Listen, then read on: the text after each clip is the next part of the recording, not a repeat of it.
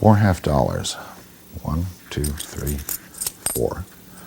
4 $1 in my right hand. If I squeeze and turn, I have 3 $2 in my right hand and 1 in my left. That's 1 in my left, 3 in my right. Squeeze again.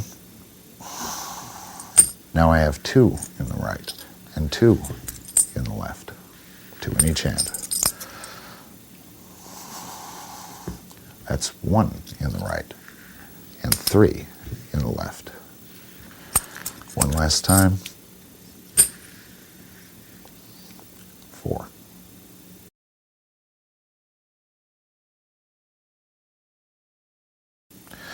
You have 5 coins, all real. 1 in fingertip rest or in classic palm in your right hand. I have it in fingertip rest. The other 4 stacked up on the table. You kick them out. You pick the one up. Do a shuttle pass. Put the coins back together. You've loaded your left hand. You pick these up in a stack. Do David's palming 1 coin of a group and slap them down. The coin in classic palm drops to fingertip rest. You open your left hand, show the coin, and shuttle pass. Place it back in your hand, and this is essentially the same as the beginning of Winged Silver. You pick these 3 up, and this is where it changes. Again, palm 1 coin of the group, let these clink together, slap these 2 on the table, then open your hand without slapping them on the table and show 2. Now you're going to do a move which I call the open utility switch, in which you show 2 coins in each hand. And how that works is this. Got 1 coin in classic, 2 on the table, 2 here, 1 in finger palm position, 1 on top of it.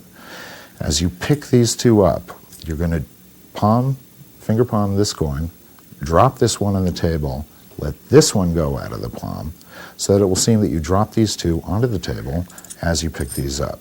So you've shown 2, like that. And I'll do that from the side so you can see it again. This one's going to fall, this one's going to fall, this one stays, these 2 come up. This effectively shows 2 coins in each hand, palm up. Again, palm 1 of these, slap 1 on the table. Spread these out. Again, you're going to retain this one, drop this one and this one as you pick this one up. You're going to drop that one at the same time onto the table to merge with these 2. 3 and 1. And then lap the palmed coin from the right hand.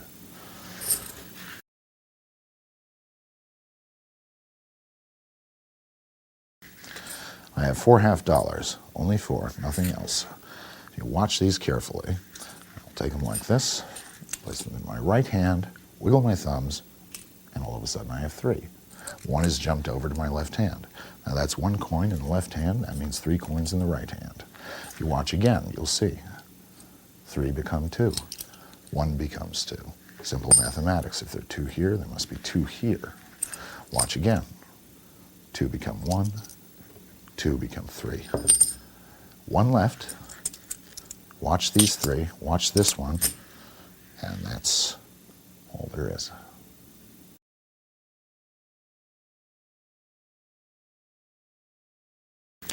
You have 4 coins and a shell. The shell is on the bottommost coin. All the coins are stacked up. Shelled coin on the bottom.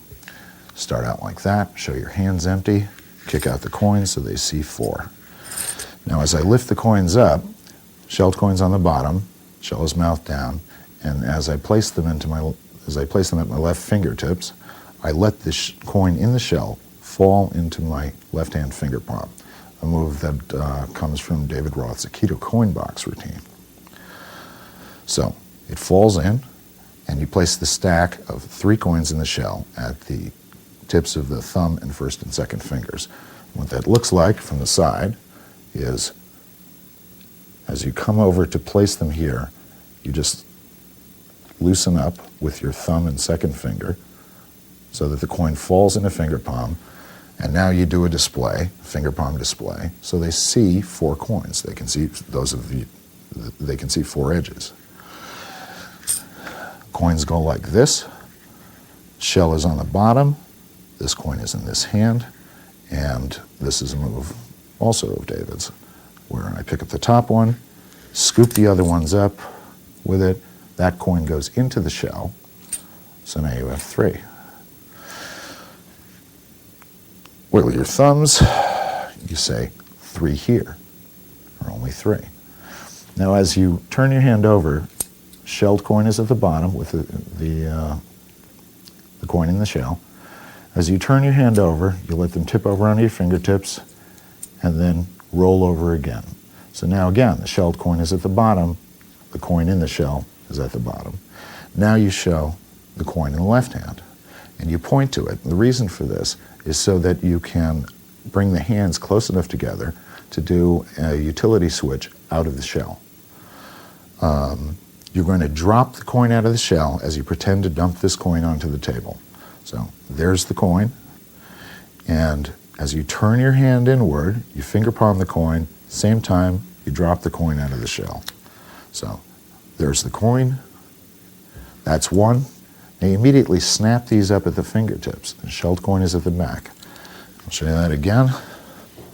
That's 1. These coins get snapped to the fingertips, off the fingers. The thumb spreads them out. You can see the shell is back there.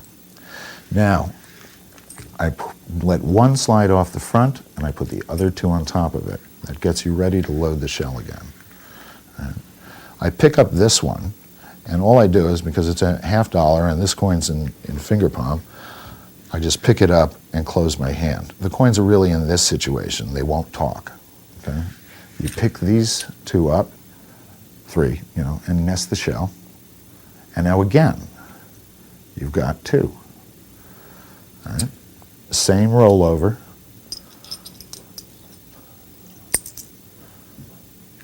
You open this hand, show 2 there. Now this time you're going to let this one fall, finger palm this one, let this one fall out of the shell. And again, I say 2 here. Gives me an excuse to bring my hands together. I drop them like that. I show these 2, snap them to the fingertips, spread them, put 1 down, and then the shell on top of it. I've effectively shown, in each case, both my hands empty at some point. Scoop them up, nest the shell. The sound of this covers the nesting of the shell. You've got 1, and again, you're going to do it with just 1 coin. You show 3 here, you say 1 here. All right, say 1 here, 3 here, 3 here, 1 here. Watch carefully. Classic palm this one, the shell. You've got 4 here. Spread the coins out, lap the shell, and you're done.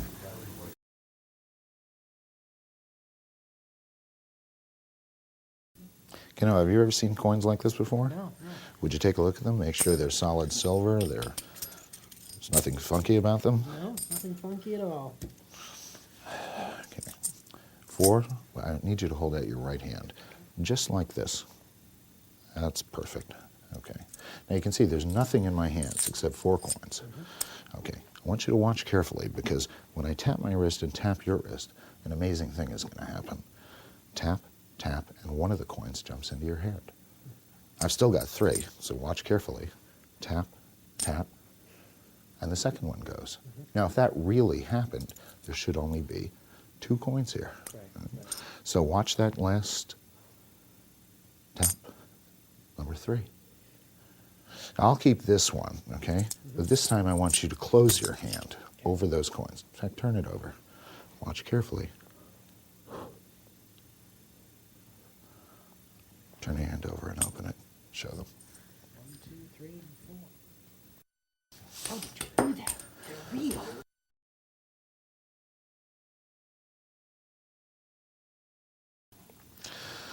Only 4 $50 are used. Very practical routine. First thing I do is always hand them the coins and let them examine them. Make sure that they're, they feel and look solid and everything. Okay, then I ask the spectator to hold out their hand, and I have them cup it a little, and if they feel very stiff, I ask them to just relax a little, just hold it like that, you know, so that at the end you don't want the coins bouncing out of somebody's hand. You want them to be like that, but sort of relaxed. I pick up the coins and I do palming 2 coins of a group based on David's palming 1 coin of a group, where, again, the coin is pushed out to the fingertips. As I turn my hand over, I let these slide, and I take whichever one is on top of another coin. It might be this one or this one. And I just go, you can see there are only 4. And I slide this one right onto the one in classic palm position, so that as I drop my hand, I can palm that. And if my hands are a little dry, I'll press it right in there. So now I've got 2. I throw these here, and I say, whenever I tap my wrist and your wrist, something amazing is going to happen. Tap, tap, and I drop one of the coins in the hand, leaving another one in classic palm. Now, I use a gag of John Cornelius's here, which is very effective. I just give him a quick flash of a couple of coins and a little noise, and I say, there's still 3 here, which was very effective, and I tap, tap again, and drop the second one. Now, I show 2 here. I say, if that really happened, there should only be 2 over here, as of course there are. Now here, I do a move I call -1 retention pass. Essentially, you're going to pretend to put the coins in your hand. They're going to hear them and see them. But what happens is you do a retention pass with the coin at the thumb and first finger, but the coin at the thumb and second finger is simply let into the hand as you do the pass with this one. So what that looks like from this side is that. I'm slowing down the closing of the left hand so you can see the action. They both hear and see. The coins go in. All right? As I move my hand to the left, I classic palm this coin, and I go, watch, tap, tap. Now there are 3. 1 left here. You show both hands, everything as it should be. Now you get ready for the Hamping Chen into their hand. I use my Get Ready, which is in coin magic, which basically consists of closing your hand, letting the coin fall onto the little and third fingers, and then I pin it by this point only to the inside of my hand. All right, so it's loose except for this point here. The other fingers are closed around it. Now I'm going to drop these into the hand, into his hand. At the same time, I'm going to let this one go. And the important thing is that you start out here, and the blocking is the right hand moves away, and you show there are only 3, and you say, there are only 3, right? They concur. That allows my left hand to move right over their hand. As I move back, I'm going to drop these into his hand, but I'm also going to let this one fall to coalesce with them. In fact, it's not going to coalesce with them. The right hand is going to actually push this coin down as a group into the hand. What that looks like, when you do it right, but notice where this hand is now. It's way over here. So I'll show you again. All right, all right, I'll say there's 1 over here, and there are only 3 over here. Close this hand, turn it over. Now you're home free. This hand is empty. Do whatever dramatic gesture you wish. Have them turn their hand over, open it, spill the coins onto the table. And that's the explanation.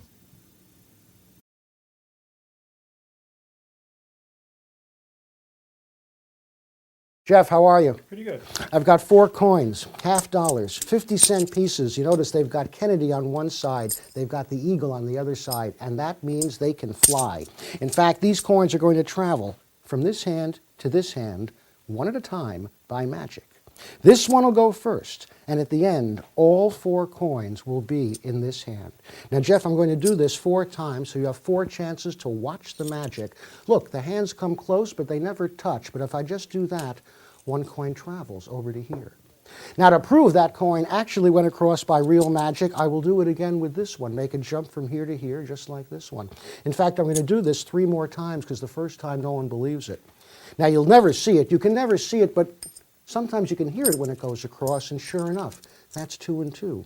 Now I'll do it again. In fact, I'll do it twice more. First this one will jump, then this one will jump. These 2 have already made the journey. In fact, sometimes they jump so quickly I don't even have time to wiggle. It's already done. That's 1 and 3. I need your help for this one, Jeff. Would you hold out your right hand for me, please? Jeff, how many coins do I have? There are 4. And how many do you have? I have none. This time I'll take 1. You hold these. Hold them tight. Turn your hand over. Don't let them get out. Watch. I'll take my coin, put it right through the back of your hand, right inside. Take a look, because you have, say it, 4 coins. all 4 coins. Thanks a lot. Thank you.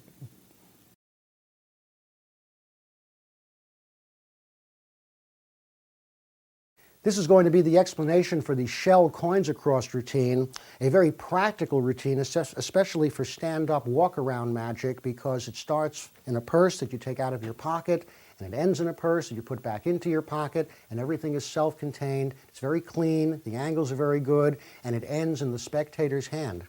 So you start with 4 coins on the table. One of these coins has a shell on top of it, an expanded shell. These can be taken out of a purse, displayed on your hand. The shell coin is at the bottom.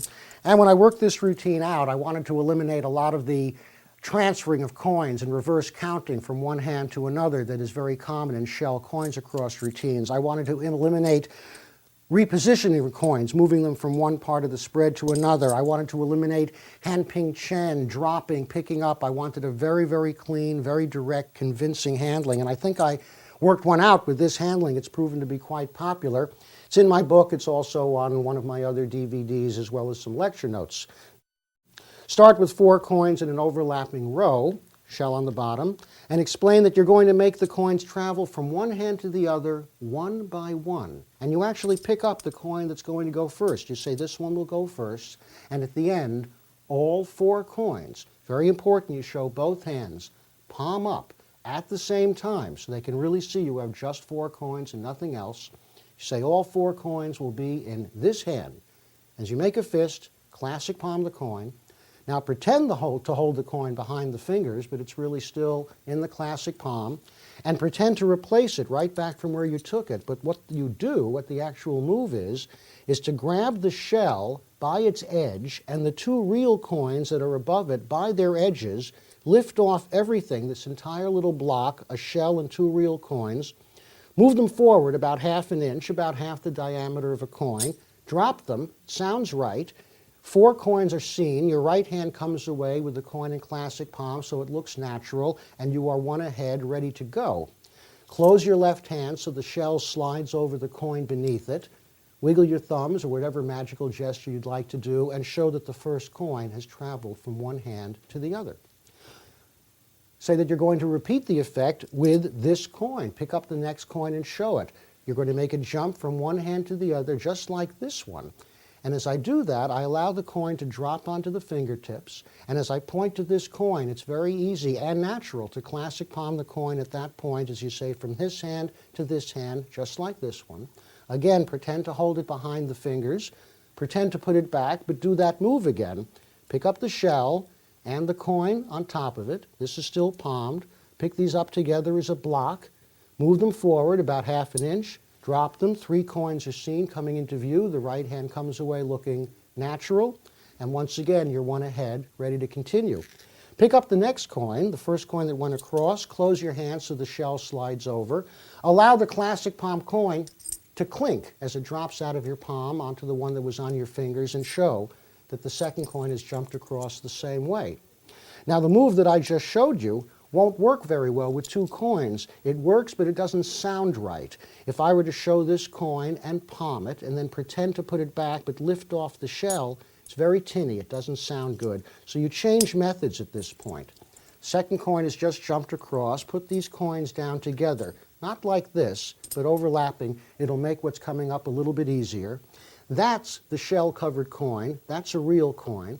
Hold the shell-covered coin in a French drop position, and as you say, this coin will jump across next. Allow the real coin to drop out of the shell into a finger palm. That's a standard move with the coin in a shell. Snap the shell up to the fingertips to a vertical position. Quietly place it against the other coin. Right hand picks up these two coins together. The overlap makes that easy. Display them at the fingertips of both hands. And to cover the bad sound of the coin sliding into the shell, I'm going to drop and catch both sets of coins so the good noise from this hand covers the bad noise from this hand. They see two coins at the fingertips of each hand. You catch them and immediately open and show that the third coin has jumped across. Very visual. This is the shell-covered coin. Place it on top of the coins. Ask a spectator to hold out their right hand. I need the use of a right hand. Well, thank you, thing. Stay right there. You can help me out. How many coins do I have? 4. And how many coins do you have? None. Now, that's the shell-covered coin on top. I'm going to grab that shell and not so much lift it off the coin, but it's lower my right hand away from the shell. So they see me pick up this coin. I catch these in a stack on the curled fingers, place them on the spectator's hand, on his fingers, close his hand, and turn his hand over and ask him to hold on tight. I make the magic X on the back of the hand. You don't have to do that, but you've got to do something to account for the magic. Now you're going to do what's called a double feint or a spider vanish. It's a very convincing way of vanishing a coin or a ball or a die or any small object. And it's going to look like you're doing a bad French drop, but you're actually going to do something very deceptive. You come in as if you're going to take the coin and do a French drop, but you actually do take the coin. You keep it here, you palm that coin, but the left hand closes in a suspicious way. You want the spectators at this point to think that they know where the coin is, that you've done a bad French drop, a move that many people know, and that the coin is actually here. But it's actually here, and you classic palm the coin. You're going to open your right hand over the spectator's hand. You need a good classic palm, but you don't need a great classic palm because they do think the coin is here. Open your hand, make a gesture. If you can snap your fingers, so much the better. The spectator will always look at this hand because that's where they think the coin is. Gesture with this hand. When you open the hand, do it in a nice, pleasant way because the spectator is going to be very fooled. If you notice when I did the move in the actual routine, all I did was say, watch this coin go right through the back of your hand, right inside. That's the only gesture I used. Everybody can see that the hand is empty. You keep the coin retained in the classic palm. The spectator opens his hand, finds 4 coins. You've done a very clean, not too difficult, very convincing coins across. And to clean up, you can go into your pocket and leave the shell as you take out the purse to replace the coins.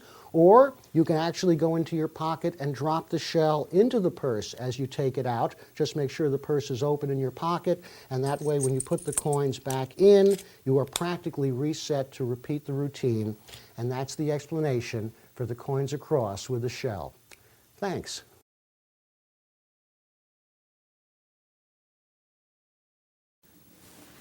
A pocket handkerchief made of silk and a $50 made of silver. That's 1. That's 2. That's 3. And last but not least, number 4. 4 coins, $50, 50-cent pieces, silver coins. Nothing sounds like silver except silver. And a coffee cup. Watch the first coin. The idea is simple. Watch it go down my sleeve and into the cup, number 1. I'll do that again with coin number 2. The idea is the same. Watch it go down the sleeve and into the cup. 2 coins have passed across. Number 1, number 2. I'll do the third coin the hard way, behind my back. That's number 3. And watch the last coin go up, down, and sure enough, there it is, all 4 coins to a cup. Thank you.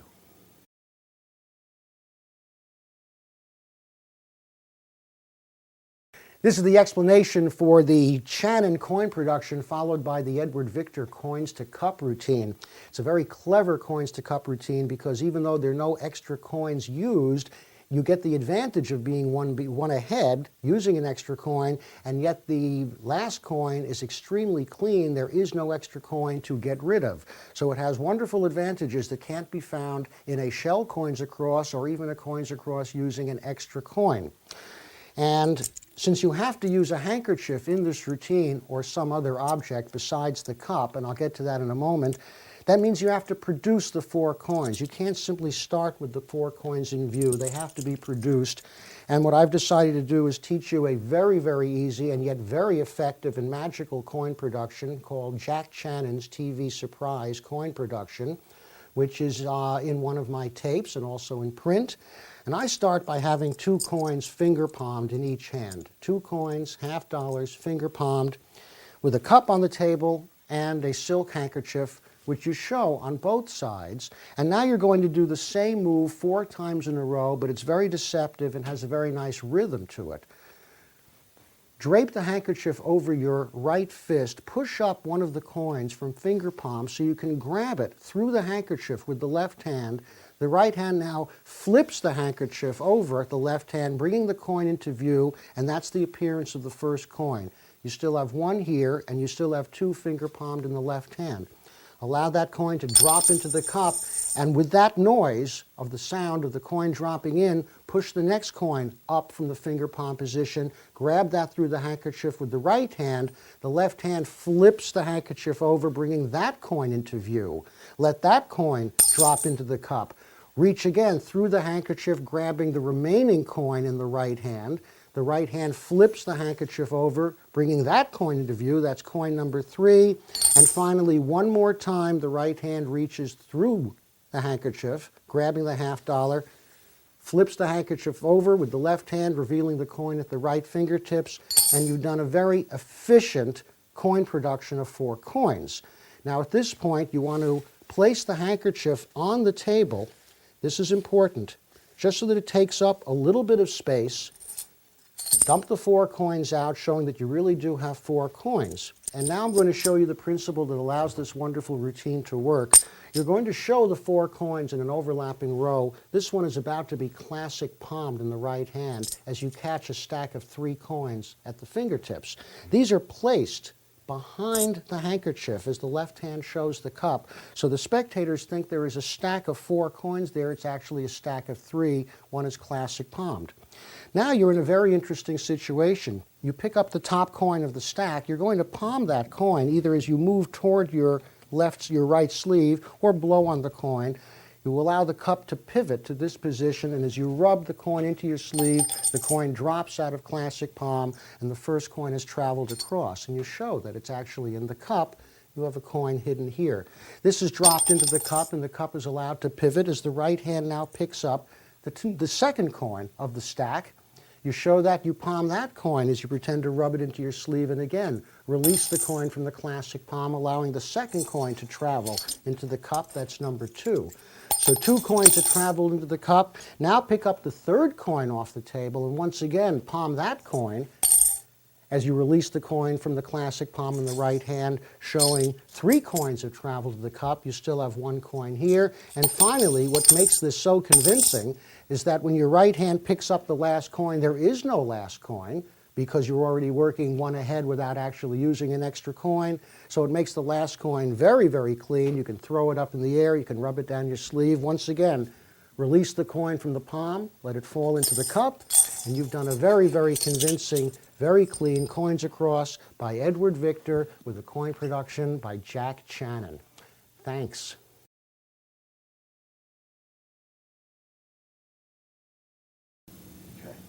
I'd like to do a coin trick. Of course, you need a coin. Oh, there's one. Can everyone see that? That's 1 coin. I have another one over here. That's the same one. I was just kidding. I wanted to see if you were paying attention. Actually, you kind of do have to pay attention because I do have another one over here, and I keep one up my sleeve. And that's 3 coins. And if you watch them carefully, you'll... Oh, sorry. I did that wrong. I was supposed to get this one from over here and this one from this sleeve. Whenever I get that wrong, they make me pay. Now, if you watch these coins carefully, the idea is that they jumped back to this hand. That's number one.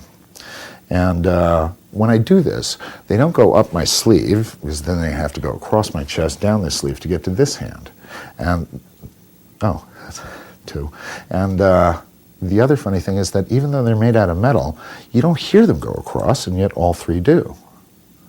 Of course, this doesn't mean anything unless this hand is empty. Anyway, 3 coins, and this one is, don't forget about that one, it's not very important. It's this one that's important, because while you're watching this one disappears. And that leaves me with this one, which is my favorite one. If you watch it very carefully, it's my favorite one because it goes down this sleeve, down that sleeve, jumps over to here before I finally just place it into my left hand, and I really do place it into my left hand. It's not here, just gone. And that's a trick with 3 coins.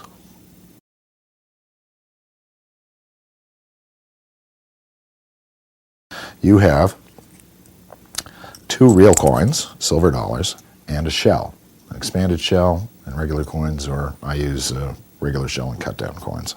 1 coin is in the shell, in downs palm position, and underneath it is the other regular coin. They're like this, and you come out and you say, I'm going to do a coin trick.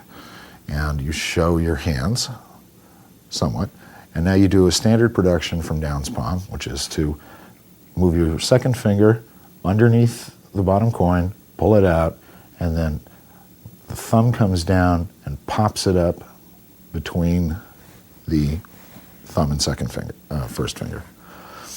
So it's like, I need a coin, boom, as little movement as possible on the fingers. Right? Now you do a pass, fingertip retention pass, and this pass it looks like this. You say, there's one here, and there's one here. And all this is it's almost no move at all.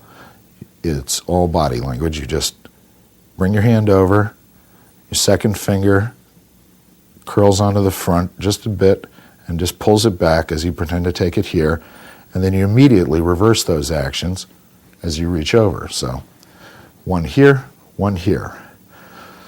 And you say, nah, it's the same one, just kidding. Right?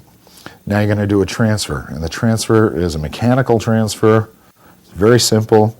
You've shown this hand empty, now you're going to show this hand empty and still have 1 coin. So your fingers spread away from this visible coin as you place the silver dollar into your left hand in finger palm position, leaving your thumb and fingers exactly in the right position to grab the downs palmed coin. And you have to do this with some motion, so that they don't notice the displacement. You say, you have to pay attention because, and you place the shelled coin at the right fingertips, shell out, and you cross over and push the finger palmed coin into your hand, out to your fingertips, as the coin falls out of the shell into finger palm position in the right hand. You snap the shell up and place the coin behind it. So you're now here, you've got 1 palmed here, okay? And you say, and I keep 1 up my sleeve. And all this is I just push the coin out to the fingertips as I pretend to take it from my sleeve. So now you're going to do a vanish of 2 coins at once. This coin is partly inserted in the shell. This coin is in French drop position in the right hand. You tap the coins together, and as you move your hands up in an arc, and the arc helps disguise, this large movement helps keep them from focusing on what's happening in either hand. Tap the coins together. You're going to pull this one into the shell and drop this one into finger palm. And those things are going to happen right about here at 9 and 3 o'clock. So, and now you put the coin over here, the shelled coin, and it acts as a wand basically, and you look around like, oh, where did it go? You place the coin into your left fingertips, the shelled coin. You go, oh, I was supposed to get this coin from here, and now again, reaching across your body, shielding the shelled coin as the coin falls out of the shell and as you produce this coin again. Show, again, shell, real coin, real coin.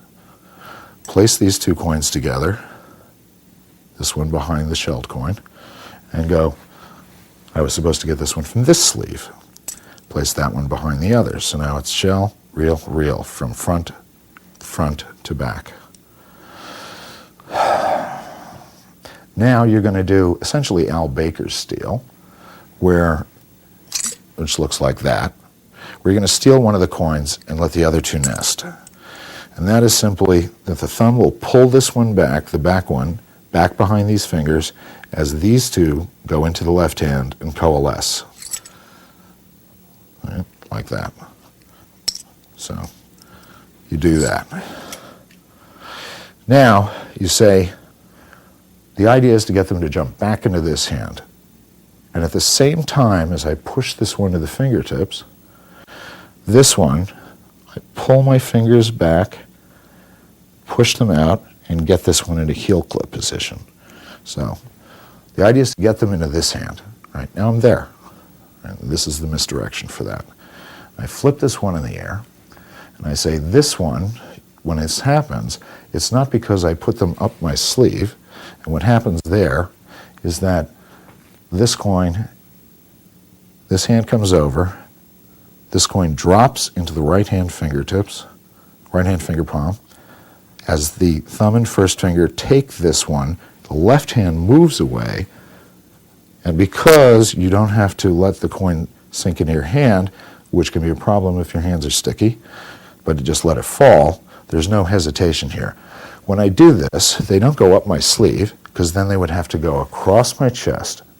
And as I do that, as I say that, I drop this hand, and what happens here is I squeeze my fingers in and push the coin out, like that. Because they'd have to go across my chest, down my sleeve, and into this hand. And you see the coin there. So now there's two. Now when one has gone, apparently only one is gone, you actually have all three in the right hand, so you're way ahead of the game. You have real coin, behind it, the shelled coin, the mouth of the shell facing you, and you say, and you let them see the two coins, let that sink in, and you say, even though they're metal, the funny thing is you don't hear them go across. And now you're going to unnest the shell at the fingertips. It looks like this. You don't hear them go across, and yet they do, and you have three. And this is, here's the shelled coin with the mouth facing you, coin inside. In front of it is a regular coin. As you bring your hand up in the gesture, in the hearing gesture, you don't hear them go across.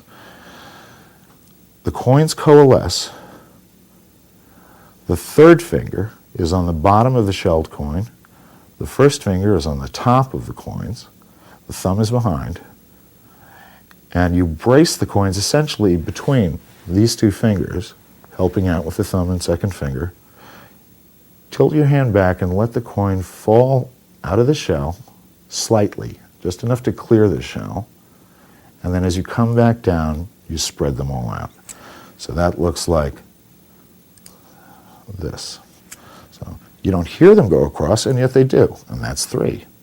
Of course, this doesn't mean anything unless this hand is empty. Now that sets you up for this. You take one of the real coins, this is the shell, behind it is the real coin, they're ready to nest. You have this silver dollar here, you do the same kind of pass, it's just in fingertip rest. Pass is like a retention pass, but done vertically, or horizontally, rather.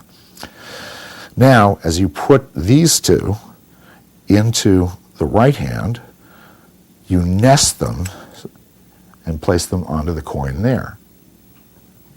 Now you say, this coin, it's not important. Never mind. You say it's this one that's important, this one here. This is the shelled coin, this is the regular coin. You do another pass, but this time you do the pass into downs palm position. So it's the same thing, the exact same pass, but you continue to pull in until the coin is in Down's palm. See, this one's important because while you're watching this one, all right, so that's the real coin, while you're watching this one disappears. So it's important to me. Now you do the transfer again, that mechanical transfer. Fingers spread out. Real coin goes here into finger palm in the left hand. The Down's palm coin is taken between the thumb and first fingers of the right hand, of the left hand. And you show that. You say, so it's important to me. That leaves me with my favorite one. This is the one that goes down this sleeve, down that sleeve, and jumps to here. Now that sequence is very easy, but it's startling to the spectators. You've got a coin in your fingers, in your left hand. You just push so that the coin goes behind your fingers and let it pivot behind your fingers. As, at the same time, you push this one out. Now you don't palm this coin. You just hold it behind the fingers. You do the exact opposite. You push this one behind your fingers and let that one pop out. And now you do the retention pass in the Down's palm without the left hand, with the right hand, okay? So you are simply going to do this. But at the same time that you do that, remember again, you're not palming this coin, it's just behind the fingers.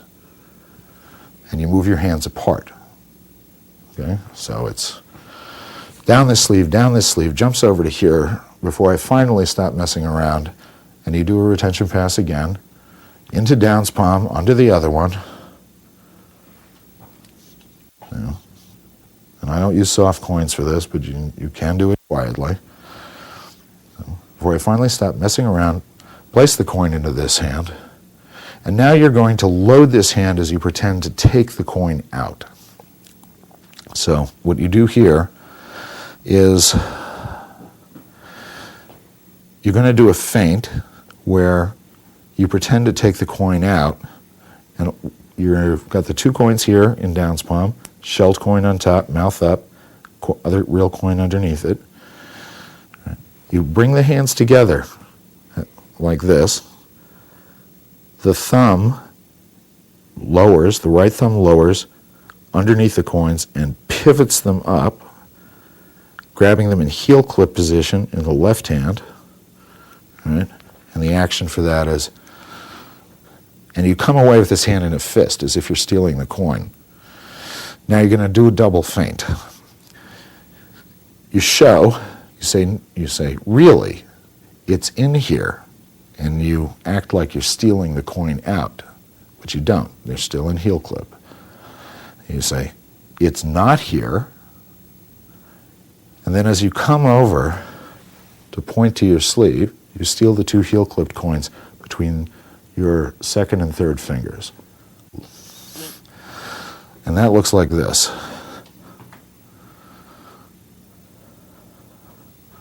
And they curl in as you turn to the left. Now when you turn, the left hand moves away. You're trying to create the impression the hands never came together. So here, here, here, here, and you show your hand empty. And that's the trick. At the end, the coins are clipped like this. Thumb comes against them and holds them while your fingers move over them. That's a trick with 3 coins.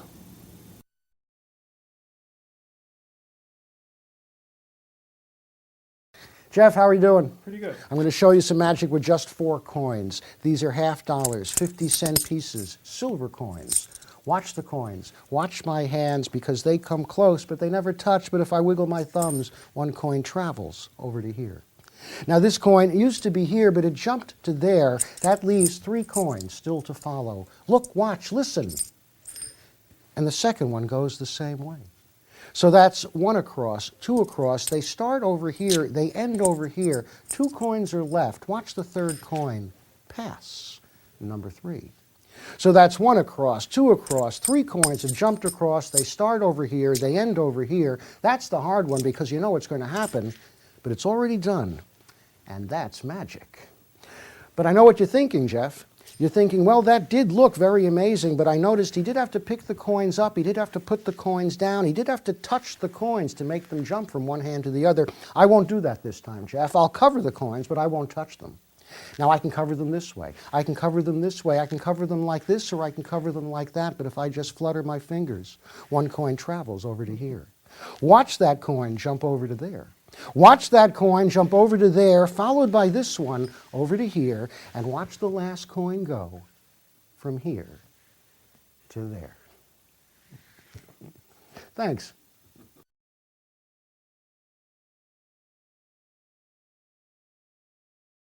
This is the explanation for winged silver, a classic coins across using 4 coins and 1 extra coin, a 5th coin which starts out classic palmed in the right hand. You can find this routine in Expert Coin Magic, as well as in my lecture notes, as well as another DVD that I've done on coin magic. You're going to count the 4 coins, and you're going to do a shuttle pass on the first coin. You show the coin, you're going to retain this coin as the hand turns over, bring this coin into view on the fingertips, and if it's done smoothly, it looks like you simply tossed 1 coin from one hand to the other. But in the act, you've shown both hands empty and a coin that was hidden in the right hand. You now have a coin hidden in the left hand. Do the shuttle pass, pick up the 4 coins, show them in an overlapping row, catch them on the curled fingers. The thumb pushes 1 coin onto the fingertips so that when you close your hand, that coin is pushed into a classic palm position. Palm the coin, keep it there. Make both hands into fists. Wiggle your thumbs or whatever magical gesture you prefer to do. Open up the coins and let the coins spread out under your right hand so that when you lift your hands, it's instantly apparent that there are only 3 coins and that the first coin is jumped. Let the hand settle behind the coins. Gesture with the left hand, the empty hand whenever you can. First coin is traveled across. You're going to do another shuttle pass, and the motivation is you do the shuttle pass as you say, this coin used to be over here. Do the shuttle pass. Tap these 3 coins. It used to be here, but it jumped to here. Either place the coin into your hand or toss the coin in, but don't let it hit the finger palm coin. Very easy to avoid hitting that coin. So now there are 2 coins in here. Again, pick up 3 coins, catch them on the curled fingers, push 1 over onto the fingertips, and palm that coin as you make a fist. Jingle the coins, wiggle the thumbs, let them spread out under the hands again, so when you lift your hands, they see instantly 2 coins under each hand. Let the hands settle behind the coins. Gesture with the empty hand. Second coin has traveled across. Another shuttle pass. That's the first coin. That's 1. You've just shown both hands empty. Now you have a coin hidden in the left hand. That's the second coin. They used to be here. They're jumping to here. Drop them in together. Doesn't matter if they hit the palmed coin. 2 coins are left. Again, push 1 to the fingertips so you can palm that coin. Do your magical gesture. Spread these out so when you lift your hands, they see 1 and 3. Let them settle behind the coins. Gesture with the empty hand. Third coin has traveled across. And once again, for the last coin, another shuttle pass, counting 1. Pick up a coin with the left hand, counting 2. Pick up a coin with the right hand, counting 3. Show all 3 coins. Say they used to be here. They're jumping to here. Pick up the last coin, palm that coin. You have 2 options now. You can either spread the coins out, lift both coins, both hands, come back and let this coin drop into your lap, or you can do what I did in the actual performance because I wanted to continue with an additional effect. I keep the coin classic palmed because if your palm looks good and if the routine is handled well, it really looks like there are only 4 coins being used. Lift your hands up, gesture, the last coin has traveled across. Now point out that you did have to pick the coins up, you did have to put the coins down, you did have to touch the coins to make them travel, but you won't do that this time. You'll cover them, but you won't touch them. So this allows you to go straight into chink-a-chink, or the original Chinese coin assembly. This is an effect I worked out many years ago so that you could do the classic assembly with coins instead of other objects like sugar cubes or dice or balls. And it's very, very visual, and the 2 effects back-to-back make a very strong combination, which I've performed on television in several different countries. It served me very well over the years. This coin is in classic palm. You allow the coin to fall, to drop to the table, and then move your right hand very slightly to the right so the coin ends up here, under the base of the right thumb. And in that position, if you press down, not too hard, not too soft, but just right, you can move your hands very, very freely and give a wonderful illusion of the hand not having anything in it and the hands just gliding above the coins. Don't tilt your hands up too high, or otherwise people will get a flash of that coin. If you like, you can do Michael Lamar's variation of this effect, where you perform the trick on the floor. And in that case, you can lift your hands up a little bit higher, but I prefer to work it at a table. And in that case, you have to be a little bit more angle conscious.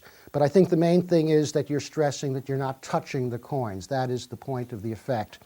So I cover them this way, and I'm sliding the coin the whole time. And I cover them this way as you illustrate the different ways that the coins can be covered. I can cover them like this, or I can cover them like this. And this time, I'm adding the coin to this lower right corner. When my left hand covers this coin, it's done sort of in a circular action so I can catch the coin with the base of my left thumb. Notice I'm leaning forward a little bit. My shoulders are up. There's a little bit of tension implied because you're about to convince the spectators that your hands are empty without actually showing them empty. So I'm going to leave this coin in this corner. I'm going to steal this coin from here. Both hands move to the sides of the pad. You lean back, and the first coin has traveled from one corner to the other. Now you add this coin here. I'm going to cover these two. This coin gets covered with the base of the thumb. Again, a little finger flutter. I'm going to steal this coin. I'm going to leave this coin. Again, both hands move to the sides. The coin jumps over to there. Once again, cover these two coins. This one gets covered with the base of the thumb. I add this coin up to this corner. I'm going to steal this one. I'm going to leave this one. A little flutter. You're leaning forward. You lean back. Both hands move to the sides. The coin has jumped over to that corner there. This coin is now covered with the right hand, again with the circular action to give the impression that it's really under the middle of the hand as opposed to being way back here. So you do it with a circular sweep. You then slide this coin across, adding it to the upper right corner. A little finger flutter. You're going to leave this coin. You're going to steal this coin. Both hands move to the sides. And the third coin is jumped across. And finally, for the last coin, again, this is covered with a circular motion, and as the right hand slides this coin up to the upper right corner, this coin gets slid off the table, drops right into your lap. You make one more flutter, and at this point, and this is what's so nice about this handling, which can be done at the table, is that you turn your hands over like a book. First the left hand, then the right hand. It's a very clean reveal to show that the last coin has gone across. Their hands are empty, the coins are unprepared, they can be picked up by a spectator, and you've done a very, very clean, very magical combination of coins jumping from one hand to the other, followed by coins jumping without you even touching them. And that's winged silver and chink-a-chink combination. Thanks.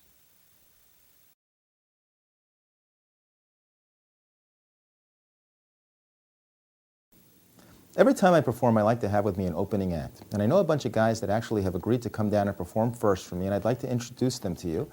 I have in my purse, that's right here, the world-famous acrobatic team, the Spicciolini brothers. Hey! Got them right here. Let me introduce them to you now. We have Franco, Mario, and Guido, the three brothers who today are going to perform for you. Let me start with Franco. Franco, you ready? He's ready. On the count of three. Franco, up to the shoulders, across the shoulders, and down, arriving at the other end of the stage. How about that? In Italy, they have a word for that. They say, that's a one.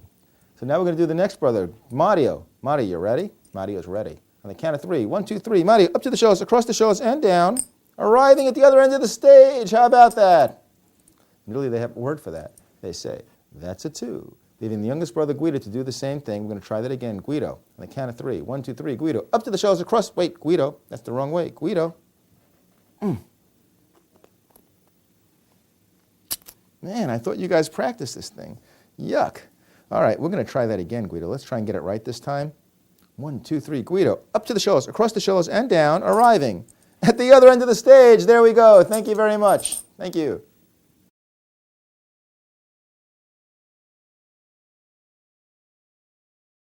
I've always enjoyed doing the coins across routine, the Spicciolini brothers, but over the course of time, I wanted to make this trick even cleaner. And I have some techniques that I use to secretly hide coins when I'm standing up. I don't use lapping because I'm standing. I don't use sleeving because I'm not good at that. I don't use the top it, and I don't use some other methods that other magicians have used. And I've come up with an idea of using my close-up pad to hide coins. And we'll get into that in a second. But I'm going to use 4 or 5 coins for this routine. 3 coins which are going to start into the purse, and 2 additional coins. One, just like in the first routine, starts in the mouth between the teeth and the cheek. On the right side, that's just easy for me. The other one is in finger palm to begin of the right hand. Well, I open the coins, the purse, and I dump the coins onto the table. And again, we're going to do the pseudo-Himber count. I spread these coins, and as I begin the pseudo-Himber count, remember I have to drop this one to the base of the fingers, and it's going to drop right onto the finger palm coin when I start the count. But that's okay because I've got 3 coins here, so it doesn't matter that there's a little noise. So I drop it to the base of the fingers, and I count 1, 2, bring that coin back in the hand, turn my hand down, bring it up again, 3. Now I've got 2 coins here. Now I say we're going to start with Franco. Close both hands at the fist. At that point, I classic palm the coins, make the coin go across, and I show 1 coin has gone across. Now, an advantage to this routine as opposed to the other one is that I had to put the coins down before and then pick up the coins to do a click pass. Now I've got the coins in my hand. Now I'm going to get rid of the first coin, which is the top coin, and I'm going to use a technique known as matting. That is, I'm going to go ahead and put this coin secretly under my close-up pad in the act of making the coin goes across. In order to teach that, I just want to briefly interrupt the routine for a second to teach the matting technique.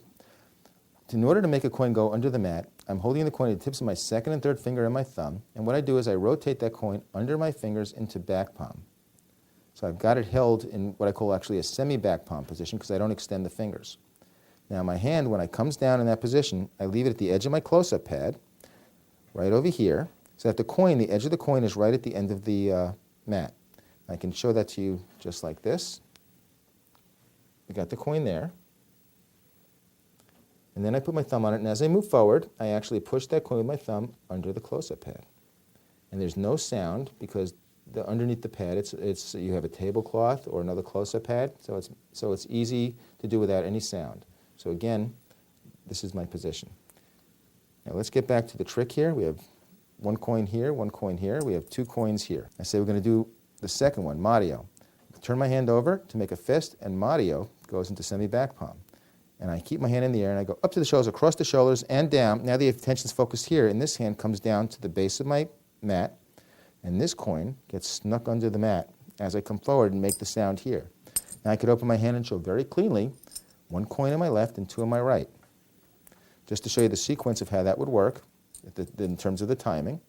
2 coins here. We're going to go with Mario. Mario, up to, whoop, don't drop the coin when you do that. 2 coins here. Place them in semi-back palm. Up to the shoulders, across the shoulders, and down. I matted, and I can show that the coin has gone across. Now we're in the same position that we were before, and I'm going to make the coin come out of the mouth. So just like before, this stays in finger palm. I classic palm 1, leaving the other one at the base of my fingers. Up the shoulders, across. I point so they can see the palm empty. Pull the coin down. Do a retention shuttle pass where I put my second finger on the base of the coin. Bring that coin into my hand as I pretend to take it, and as I rub it here, I just kind of put it on the other coins. I say we're going to do that again. Once again, I put this into semi-back palm position. I say, okay, here we go, up to the shoulders, so it's a down, semi-back palm, up, across, and as they're looking over here, this hand comes to the base, and as I make the clink, it gets matted, and I can now cleanly show that all the coins have gone from one hand to the other. Now, when you're doing this trick, you're doing it in a venue where you don't have to pick up your mat right away, but if you do, you can use 2 pads and roll them up. I frequently use a dark pad and another pad over it, or you can put the coins away, and then when you pick up the mat, you can, you should know where your coins are, and you could just kind of pick them up and put this away. Or you could take them out a little later on for something else because you've got coins there. You've got 2 coins there, so you could take 1 out and you straighten your mat and then do something with the extra coin, and then later on take another coin out. What I frequently will do is I'll have a black pad first, and I'll have a lighter color pad on top of it so it looks like a stage, so I could actually just pick the whole thing up and walk away. Any of those will actually work for you. But matting is a very useful technique, explained on other DVDs, but it's a very, very useful technique to utilize, and it will work very, very nicely in this routine. Thank you.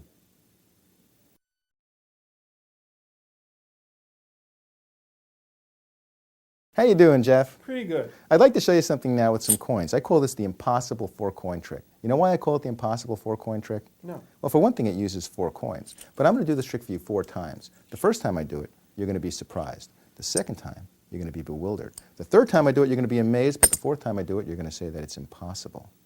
Now, if I wiggle my hand like this, would you be surprised to know that one of those coins has actually disappeared? Well, it really doesn't disappear. It just kind of travels down to here. Now, that's the first coin. But what's bewildering is that if I close my hand over the coins and I give a no-go of both hands, the second coin goes across. Now, you know what the differences between these two coins and these two coins are, Jeff? No. These two coins haven't traveled. But what's really amazing is that if I wiggle my hands, the next coin actually goes across. Now, so far, you've been surprised, bewildered, and amazed. But I didn't say I was going to do that. I call this the impossible four-coin trick, and I do that for a reason. What I'd like you to do is open your hand. I'm going to give you the 3 coins to hold. I want you to close your hand over it really tight, turn it palm down. And I'm going to take this last coin, toss it right into your hand. You'll open your hand, count them out so they could all hear them. 1, 2, 3, 4. 4 $half. The impossible 4-coin trick.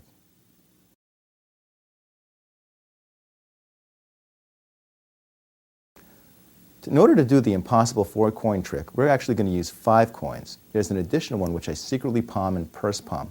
Purse palm is a very old concealment. You can find it in Bobo by Charles Marett. It was an old swindle that was used with purses, and we're going to use it in a very, very interesting way.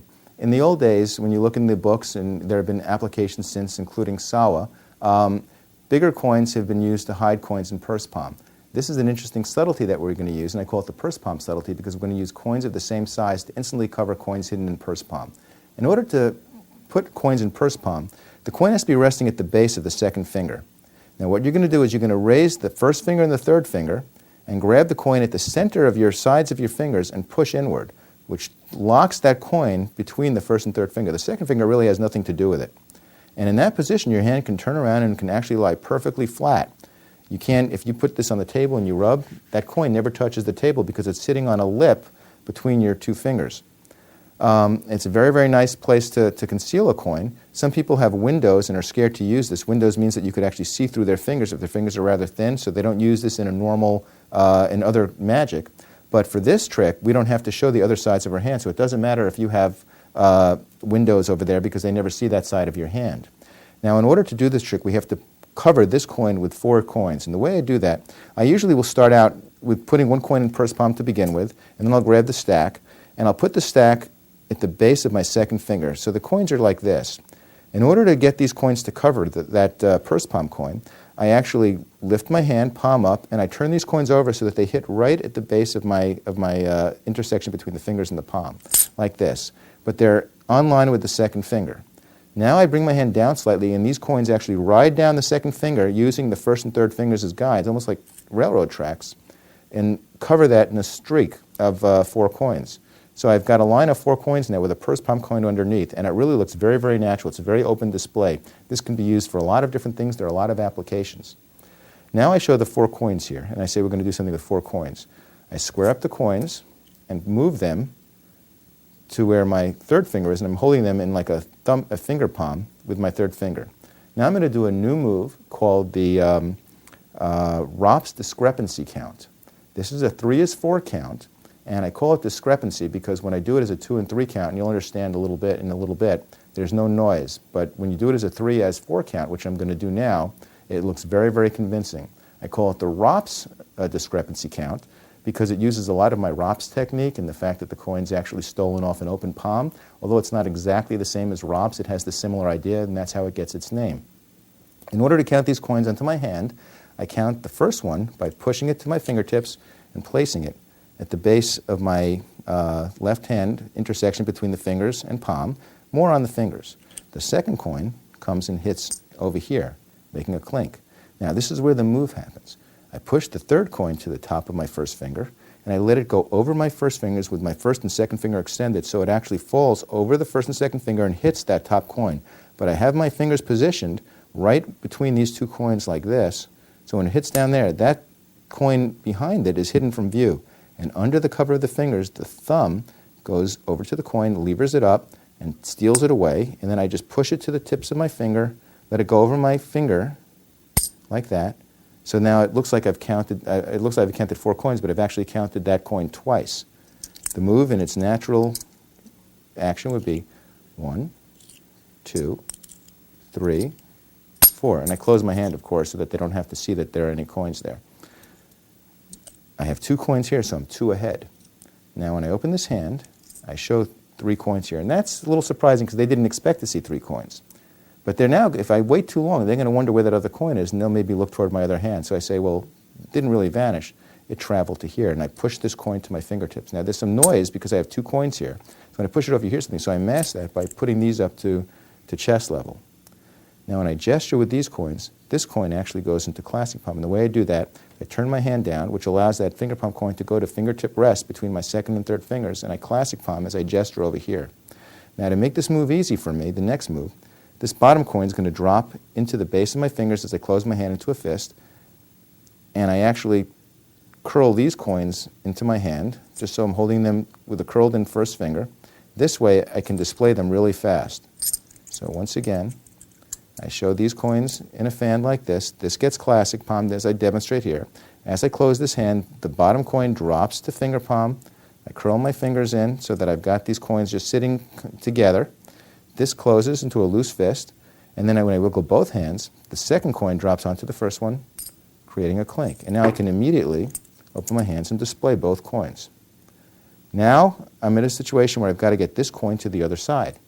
So I use a move that's very, very nice. It's called the drop load. We've covered it elsewhere on this tape using the silver dollars. But with the half dollars, I show these coins in a fan, and I say, you know what the difference is between these coins and these coins? And when I do that, these coins go into finger palm. They don't have to see them. These coins and these coins. And what I do is this coin here rolls out of my hand and hits the classic palm or the center of the palm of the right hand.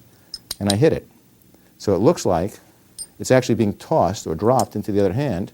And when I do the move, there's no discrepancy. I'm showing that, and then I immediately turn it over and I spread these again, so now I've gotten that coin across, and I say, these coins haven't traveled yet.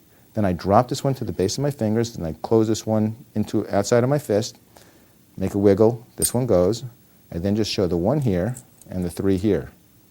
Now I place this one on the table, or I can give it to a spectator if I don't have a table, and as I do that, I bring this bottom coin into classic palm. But nobody can see that, and I also close these a little bit so they really can't see that there are now 2 there. I now pretend to take one of the coins, pushing this up to the side, like this, extending these fingers. This coin pretends to be taken away, and I say, you've been bewildered, surprised, and amazed, or surprised, bewildered, and amazed. But we haven't yet done something that's impossible. At that point, this hand drops down, I curl in my fingers, and I grab it in purse palm. Stack these up. I pick these coins up, and now I do the purse palm subtlety, where I actually put this in my back and I extend my hand, which allows the coins to come down just like before, and I say, I'm going to give you these 3 coins, and this is a very, very nice open display. So he opens his hand, I take these coins and very slowly turn my hand over, stacking them all up in my hand and putting them all in his hand, turning his hand closed, turning it palm down, and now I can make this coin vanish. There are a lot of different ways to make it vanish. Because this is for magicians, I did a special type of spider vanish using a retention pass feeling. So I made believe I put this in my hand, and when you do a retention pass, this is kind of the action that I use. But what I did is I kept it here, and I put it in classic palm as I came down. So it looks like I'm tossing it into the hand. Then I show this hand empty. You can use your favorite vanish, whatever you feel comfortable with. You could use Al Schneider's classic vanish and make it go so the coin stays in this hand. You can use the Rops move if you know that. A lot of different ways to do that. So you use your favorite vanish. The spider grip retention pass is very, very nice because you pretend to take it. You do take it. It's there, you classic palm, drop it. So it looks like you tossed it into the hand. They look here. This hand has been closed. You open this hand to show that it's not there. Now as he opens and counts, I drop this to the fingertips, the base of my fingers, and I put that in purse palm. He counts them into the hand one at a time. 2, 3, 4, stacked up. I take the stack, put the coins into purse palm subtlety display, and now I show my hands again empty except for only 4 coins. An impossible situation has occurred. Thank you.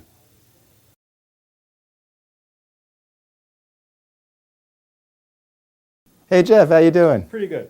I'm going to show you something now that I call the impossible 4-coin trick. Do you know why I call it the impossible 4-coin trick, Jeff? No. Well, for one thing, it uses 4 different coins.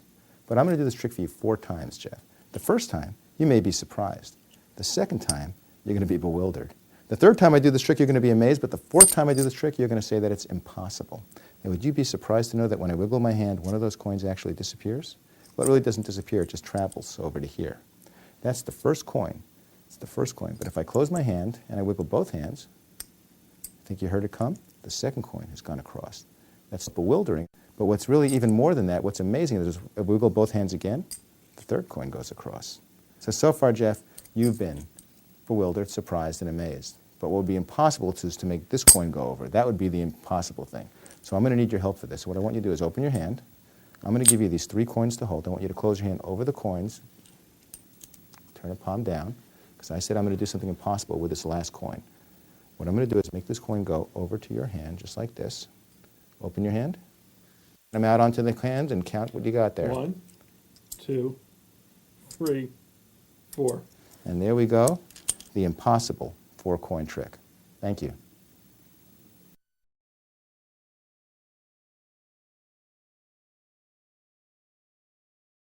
This is a variation on the impossible 4-coin trick, and it uses 2 additional coins, so I'm using 6 coins total. The advantage of this is that it eliminates one of the moves in the other routine. Now, when you think about using 2 additional coins, you think that there's going to be more traffic problems, but actually the handling allows us to use these extra coins in a very clean manner, so you're not worried about having extra coins in your hand. It works out very, very smoothly.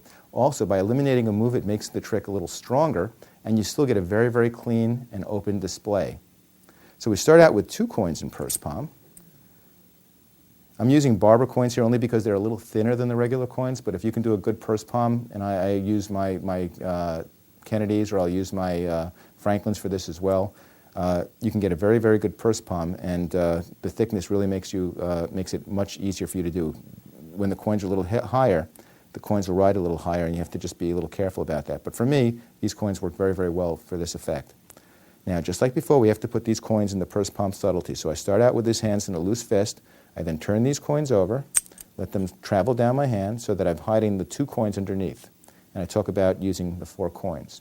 I square up the coins, transfer all of them to my 3rd finger, and I count them into my hand. And by the way, this is, if you have a little problem getting them there, it's not a big deal because you've just got the coins in your hand and you're squaring them up. I don't think that that's a problem. The first coin comes here. The second coin comes over and places over here. The next coin, we use the Ropp's discrepancy count. I turn my hand palm down, swing it over the first finger, let it hit the first coin while you grab the coin behind it, come away. This hand closes a little bit so they can't see. Drop this coin over, and I've just done the Ropp's discrepancy count, a 3 as 4 count.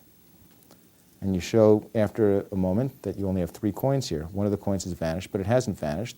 And as you fan these, you slide one of these 3 coins up to the fingertips, and now you show them like this. I make a motion like this, and I classic palm these 2 coins. The way you do that is I just kind of push them into classic palm because I'm over here. The attention's over here. I now drop the bottom coin to my finger palm position as I close my hand over these coins so that these coins are now separated, which makes it easier for me to make them come out. And I close both hands into a fist. Now when I wiggle both hands, I allow one of those classic palm coins to drop onto the other one, creating a clink. I keep one in classic palm, and now I come over here and I show 2 coins. One of the nice things about this is that before I had to make one coin go over to the other side, but now I don't have to because I'm already ready. So I've got 1 coin here, 2 coins in this hand, 1 coin classic palm, 2 coins in the right hand. I drop this coin to the base of the fingers. As I close my hand, it makes a little noise, but that's okay because you're closing your hand into a fist. This one just kind of stays outside, sitting on the outside of the first finger. And I make a motion, and the next coin goes across. Now I could open my hand immediately, showing these coins very cleanly. Square these up, and I talk about how I've done something that's bewildering, surprising, and amazing, but I've got to do something impossible. I've got to make this coin go over to here, and I toss that over. Now I do a kind of a shuttle pass, put my fingers on the stack as I turn my hand over. This hand comes up to get the coin, so they can't really see the thumb going there. Put my thumb on the outer coin of these 2, and put this one on the table. This one stays in finger palm. And while I'm doing that, these are in a stack, I actually grab the thumb, grabs the top stack of 3, leaving the bottom one at the base of the second finger, which gets purse palmed as I drop these other ones to the base of the fingers. Now, that's okay that there's some movement there because you've got coins in your hand, and it's okay that they see a coin there because if they see through here there's a coin, well, they know they got coins in the hand, you're not hiding anything. I then turn my hand over, allowing that to go into purse palm display, so I show 3 coins here. Very slowly, I put this into Jeff's hand. And I just turn my hand over, put my thumb on them, stack them up, let them all go into the hand. I put them on the fingers, close his hand, turn the palm down. I now do a changeover palm. Some people call it a transfer. I display this coin here. Well, this coin, which was in finger palm, now drops to fingertip rest. I pretend to play, well, I do place this into the hand, but as I do that, I turn my hand, swing it up, while this hand swings up as well. Under the cover of the fingers, this goes underneath, and I actually grasp that with my thumb and third finger like a clip. Well, this one I drop onto the base of my finger. So I come over here, I grab this coin. This one here is clipped. It doesn't really matter how you clip it, you're just taking it off the finger. So I clip with this third finger and the thumb, put that down, I come away. This one goes into finger palm, or you can go into classic palm. This turns over like this. I now put it in classic palm as I indicate the coin, and what I'm going to do is do what I call the Roth's move. The Roth's move is a really nice way of getting the coin out of your hand as you're closing your hand into the fist. It's one of my techniques that I've explained in other DVDs. And the way you do that is this coin sits close to the fatty part of your thumb. This hand is going to be in a pointing position. That is, the first finger's out, the second finger's bent in, the thumb hits the intersection of the middle and upper phalanges, right over there, and these fingers are curled in. This is the pointing position. I hit this coin twice, but the second tap is only inferred. It's never seen. And that's what most people make a mistake on when they try and do this move. They try and tap the coin twice and then close the hand, but you never really see the second tap. The first tap is at the center, and as I close my hand into the fist, I use my fatty part of the thumb to make that coin lever upwards. Even if you're not a heavy person, you still have a nice muscle over here which helps you to levitate that coin to an upward position. As this hand comes down, as I close, one, as I close, that coin comes up and I grab the coin with my thumb and my first finger in this position here. Two, that's why you can see they never see that tap, because as you're closing your hand is when you're hitting the coin, so they really can't see that coin being grasped. Now, just like in a retention pass, you bring the second finger over to the center of to the edge of your palm as you raise the thumb. So that bends in, and this coin moves to the edge of your palm where it's held in fingertip rest between the second finger and third fingertips. The thumb comes up as I continue to close my hand. So it's one, close, grasp, bring it over to the edge, come over. Two.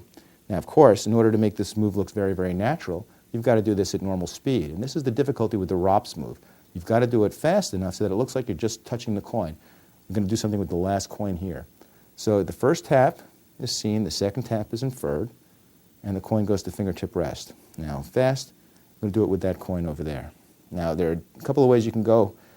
You can classic palm this. If you're using soft coins, it makes very, very little noise, and that's fine. But if I want to give the coins a display in purse palm subtlety again, which you can do if you want, what I'll do is I'll clip this coin, let that coin drop to the tips of my fingers, kind of sit them together, and put them to the base of my fingers. But I'm doing that all under the cover over here. So 1, 2, this goes here, this goes clipped. Softly put them together, and I'm just maneuvering them into to the base of my second finger where I can purse palm them. Or you can classic palm both, but here now I can have them counted out into my hand.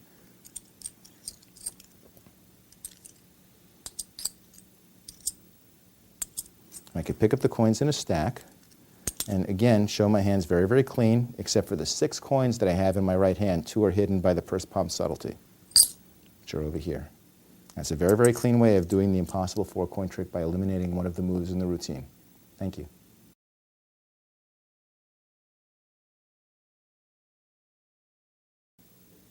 You know, has it ever happened to you, you walk into the room to get something, and then you forget what you went into the room for to begin with? You know, sometimes I wonder if I have problems with my short-term memory. But, you know, it's still funny because even if that happens, I still remember what I did on my 5th birthday. And I was thinking about the long-term, short-term memory process, and I realized that I could demonstrate that using coins. And I've got a purse. And I've got some coins in there. 3 coins. They start in the right hand, but I'm going to place them into my left.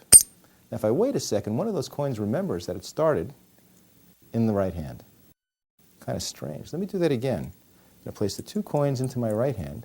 When I put them in my left and I pick this one up, one of them remembers that it started out in the right hand. And if I wait a second, there it goes. It arrives back. This is kind of fun. Let me do that again. And let me take the coin, place it into my hand just like that. And if I take it back, it may remember, just like before, there it goes. and it started off in the right hand. Now, that's kind of interesting. That's short-term memory. But I could actually use the same thing to demonstrate long-term memory. Say I can take all the coins and hold them right over here. And if I wait a minute, those coins remember that they weren't in the left hand. They weren't in the right hand either. No, they actually started off way back in that purse at the beginning of the routine. Thank you.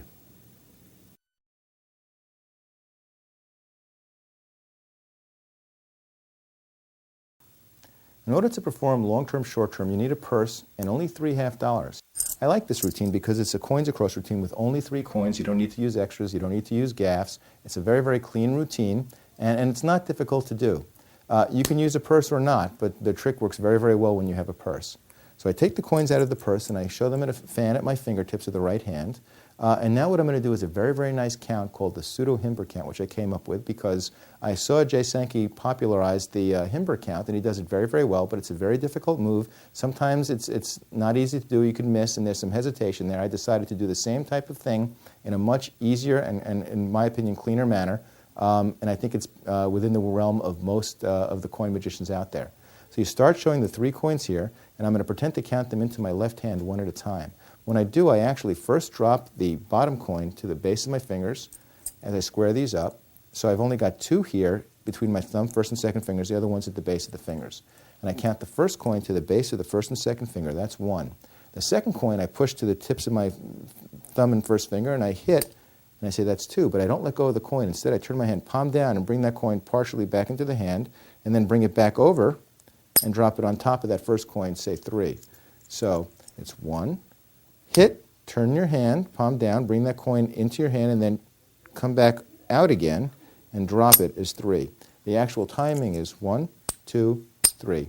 So you have a nice 1, 2, 3 count. They see 3 coins going into the other hand. There are only 2. There's no hesitation. It's done in a nice flow, and you've still got 1 in finger palm. I then make a magical move. One of the coins goes across, and I have a nice open display because you have no extra coins. You don't have to hide anything of 3 coins only, 1 in the right hand, 2 in the left. Now I want to get 1 coin here and keep the other one hidden in this hand. And the way I do it is I do a click pass, which I've been doing for some time. I call it the Rubinstein click pass. And I take these coins, and there's a reason for me to take these coins because I say they start in the right hand. So now I have a reason to put them into this hand. Now I do a click pass to get them 1 into the other hand. And the way I do it, the move looks like this, but only 1 coin drops. I have them on the tips of the second and third finger. I hold them with the thumb, and now I push the top coin over to the first finger. That's the first part of the move. Now I'm going to make an up-down motion on my wrist as I pretend to drop them into my left hand. As I do that, the first finger and thumb lift this coin up, and then as I come down, it's on the up, and then on the down, I drop this onto the second coin here, so it drops right onto the base of my hand. 2. So it's a 1, 2. And you just do it very casually, place them both in my hands. This one's hidden on fingertip rest, and I classic palm it as I pick this coin up. I wait a second, make a magical motion, and the coin hits the other coin, creating a clink, and I open my hands and I show the second one. I now put these at the base of my fingers, and I bring this one over here, and I have a reason to bring it over because I'm saying that this coin starts in the right hand. I turn my hand over, allowing the bottom coin to hit classic palm. Then I turn my hand palm down, classic palming the top coin. These other coins drop to the tips of the fingers. I pretend to take one, pushing this one to the edge, pushing this to the tips of my fingers. As I pretend to take one, and I don't take anything, it's just like I'm taking one. They see 2 here. One's classic palmed here. But only for a second. I close my hand around these. These kind of square up in the fingertips of the hand. I make another motion, and the third coin goes across. Now, there are different ways to do a multi-coin vanish, and that's what we're going to do here, essentially. The one that I like is something that I call the Bronx Take. It appeared originally in my third set of lecture notes, and it's a very nice way of taking 3 coins out of your hand, but actually putting them into a position that I call angle palm. And this is the move. I take the coins, but I really don't. They stay in angle palm. And what we're doing here is we're holding the coins between the tips of the first finger and the second finger and the thumb. As I go to take the coins like a French drop, the first finger and third finger come to place themselves on the edges of the coins. I'm actually holding all the coins by the edges. And again, this is under the hand, which is now making a fist. So I'm actually in this position, and I make a fist like this, and those fingers come to lie on the coins. Now, again, under the cover of my hand, I release the grip with the second finger and put it under the coin so that the nail is hitting the face of the bottom coin, and I release the thumb. So from the front, it looks like this. And I'm in this position now. Now, this is interesting because I turn my hand over, pretending to take the coins. This hand turns like this. So the fingers bend in, and those coins come down toward the center of my palm. So I'm in this position. I turn my hand so they can't see those coins, and those coins are really at the center of my palm. So I'm in this position. I now put my thumb against the second finger and push them into angle palm. And we'll talk about that grip in 1 second. When I do it, I'm in this position here. I push them in and I extend the first finger, which gives me a reason to point. Now I could release all my fingers and the coins are in angle palm. Angle palm is a palm that not many people use. It's a concealment that was used very, very early. I found many references. The most earliest is from Jack Channon in his book Handle with Gloves, a 1942 publication. He calls it the JC grip. It's also, or the JC palm. It's also called the Channon grip. It was also used by Ramsey. It was used by Ed Michel. Drobina did it with dimes, and that's in the Bobo book. Lamont Ream came out with a book. I chose the name angle palm to try and give it a generic name so that everybody would be happy, since I couldn't really place the original creator of this concealment. Although it seems to me, as far as I can tell, my last research is that Jack Channon was probably the first person to use it. Ramsey also used it at the end of his career when he couldn't classic palm very well. And there are different concealments, or I should say different positions that it could stay, that base of the thumb, depending on where you place them in. But I find it most comfortable the base of the thumb just like this. Now, this is not the position that you're holding them. That's incorrect. You're holding them actually against the insert of the base of the thumb where it meets the fatty part of your thumb, and that's where they stay. So in order to get them, again, we do the vanish. Now they're here. Now they're only here for a second, incidentally. It's my hand's open just to show that I've taken the coins, and I point. Now as I'm opening my hand to show that the coins aren't here, what I'm doing is I'm taking them out of angle palm, so they're only there for a second, placing them at the base of my second finger, now turning them into nowhere palm. So they're here in a stack at the base of my second finger. I grab them with my thumb, and I actually lever them into Jeff Lotta's nowhere palm, which is a curl palm of the third finger, which is over there. Now there's a lot of misdirection here, because after I've done this move, I let them come to the base of my fingers as I'm looking here, and as I'm opening my hand, the thumb is basically putting them into nowhere palm. And then I'm just doing that just so I can gesture and say, they're not here, they're not here. And now I pick up the purse. The coins are still in nowhere palm. I hold the purse in my hand so that I'm holding my thumb and my first finger along the sides of the purse. I open up the purse like this. The coins are actually in nowhere palm, and I just turn my hand over to dump the coins into my hand. They're actually coming out of nowhere palm. The illusion is that it looks like they're coming out of the purse. So the purse opens like this. I turn my hand over, drop all those coins, and it looks like I just dropped the 3 coins out of the purse where they started at the beginning of the effect. Thank you.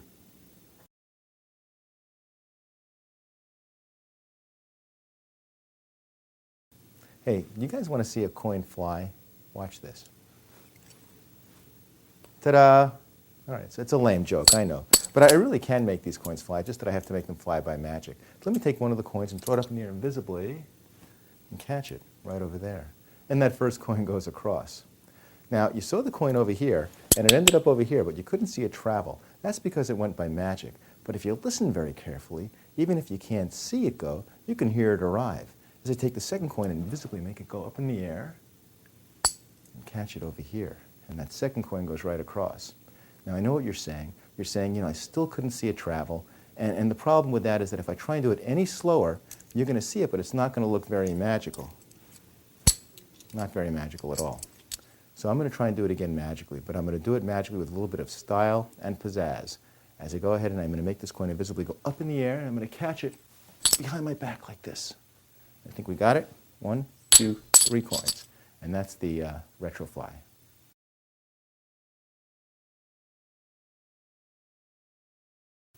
To start, we're going to be using 4 silver dollars. I have 1 silver dollar hidden in my finger palm before starting the routine in my left hand, while the other coins are spread in a fan in the right hand, with the bottom coin on top of the stack closest to the thumb. This allows me, under the next move, to secretly take this coin and bring it into my hand. And the way I do that is, as I go to take this coin, I extend the fingers of my left hand, covering all the coins for a second. In that brief moment, I extend the third finger slightly and push inward, which allows that coin on the bottom to maneuver under my thumb, taking it off the stack. Now, this is the opposite of a Rune Klon move, where he does the same thing from the other side, which creates a clink. This one can be done with very little noise. So I pretend to take the coin. Under the hand, this is coming in, and as I come away, I put my thumb on the finger palm coin, and I toss that coin up in the air. At the same time, this coin gets put into classic palm, just like that. Now I say, well, that wasn't a very good joke, but I'm going to show you something with all three coins, which is nice because they've seen one hand empty, and now I've dropped the other coins into the hand, and now they see the other hand empty, so it gives you the illusion of just three coins in both hands, even though you have a fourth hidden. I fan these out, so now the bottommost coin is closest to my fingers. And I say I'm going to make one of them travel by magic. And what I do is I make an up-down motion. On the down, this bottom coin drops into finger palm.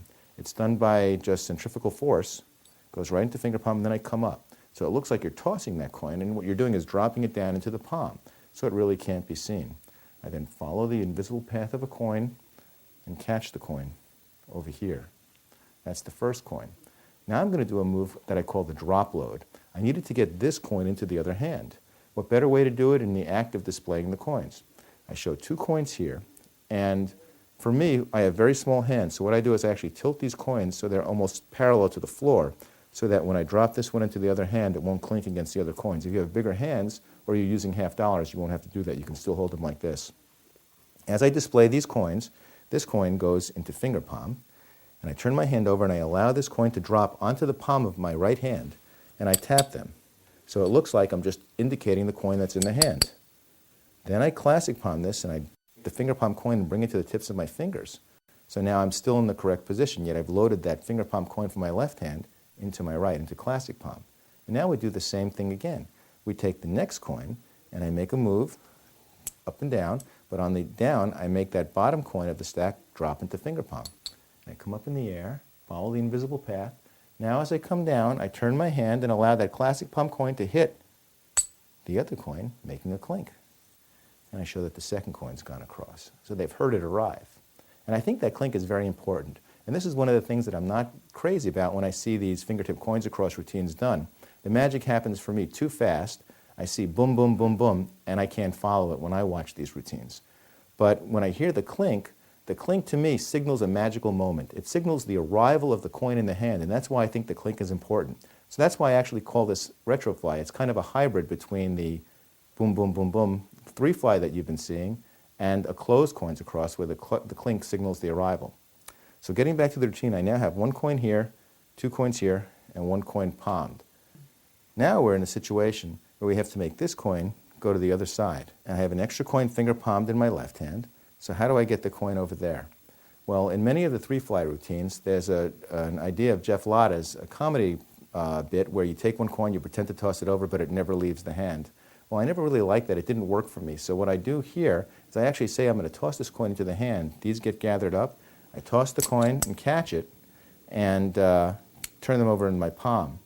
And I say, that's how it would look like if I really put the coin in my hand, but you could see that.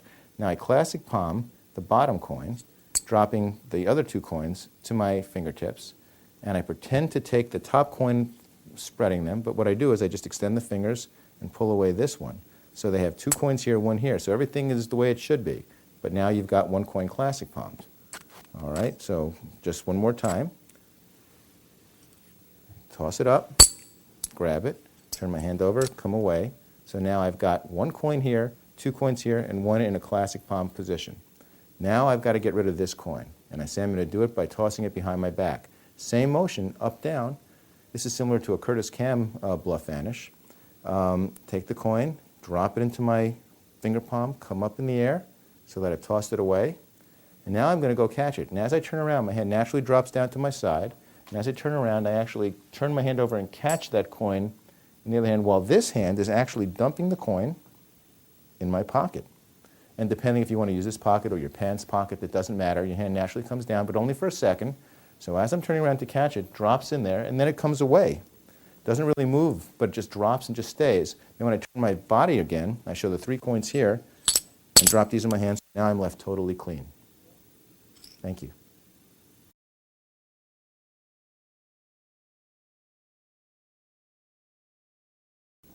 Every time I perform, I like to have with me an opening act, and I'm very lucky because I have a bunch of guys that have decided to come down and perform for me in order to introduce me, and I'd like to introduce them to you now because they're here. It's the world-famous acrobatic team, the Spicciolini brothers, and I got them right here. How about that? Let me introduce them to you now. The 3 Spicciolini brothers we have, Franco, Mario, and Guido, the 3 brothers who today are going to perform for you. Let's start with Franco. You ready?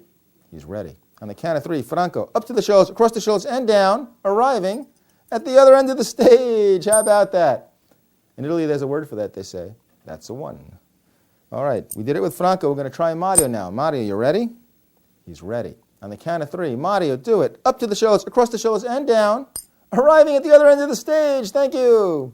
In Italy, they have a word for that. They say, that's a 2. Leaving the youngest brother, Guido, to do the same thing, to go across to join his brothers. On the count of 3, Guido, do it. Up to the shoulders, across the shoulders, and wait, Guido, that's the wrong way. Guido.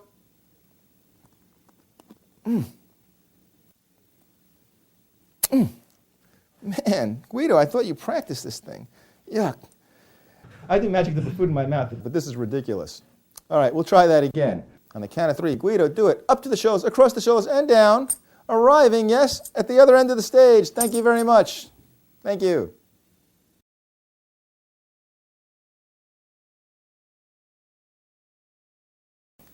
The Spicciolini brothers is a coins across routine that I've been doing for many, many years. I used to do it using an extra coin that was copper plus an additional $0.50 because I liked the idea of getting a cling for the first coin.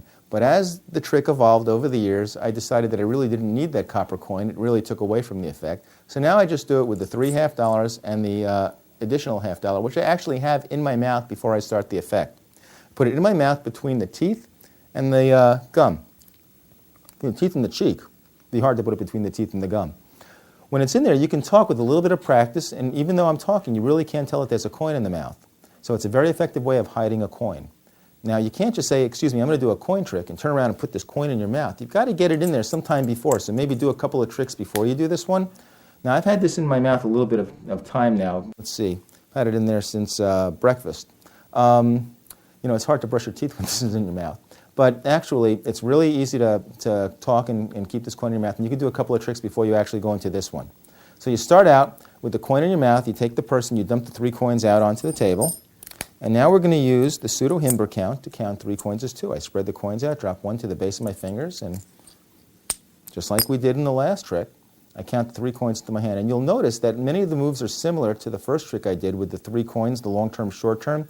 The difference is that we've changed the situation, making it in premise a different type of trick. So the first coin goes up, around, and comes down, and the first coin goes across. And I just drop them onto the table. Say, there's a word for that. That's a 1. Now I do the Rubinstein click pass, which we did also in the first trick. So it's the same idea to take these and I place them into my hand, dropping 1. The other one stays at the tips of my fingers. And I classic palm is I pick this one up, and I go up, down, drop it onto the other coin, and the second coin goes across.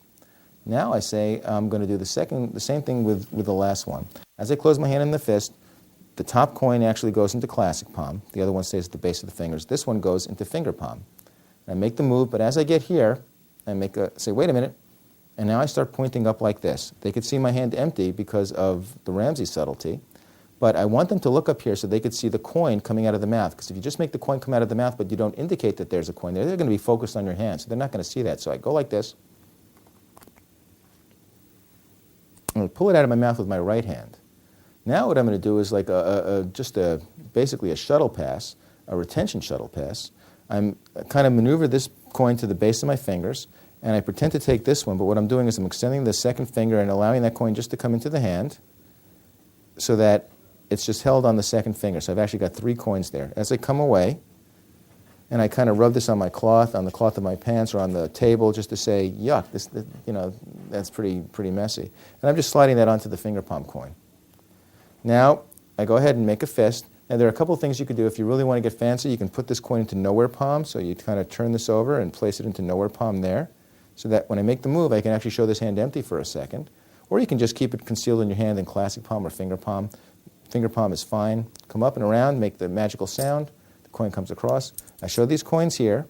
And now if you want, you can, and I think it's very important, is you can do a utility switch. Place your finger on the top coin, just like this. Turn these over so that one coin gets retained, the other coins drop onto that one. So you're showing both hands clean, 3 coins in each hand, but yet now you've got one here. And you can actually place them all into your purse to finish up, and that's the end of the routine. Thank you.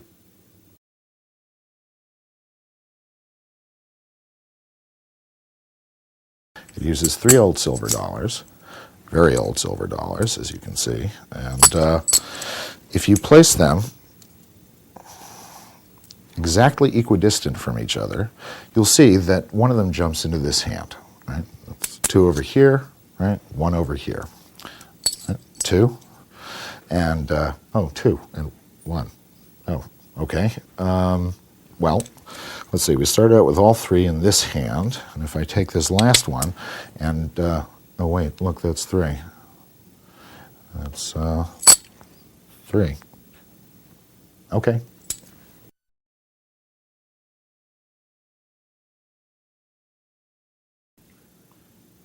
This is the explanation for a technical rehandling of Chris Kenner's 3-fly. You have 4 silver dollars, 1 in your left hand and finger palm, and the other 3 over here in your right hand. And you show them, bounce them around so they know they're real. Right? And now I do a move of Michael Gallo's, where I'm going to, my 2 fingers, middle 2 fingers of my right hand are on the bottom coin, the frontmost coin of the group, and I'm simply going to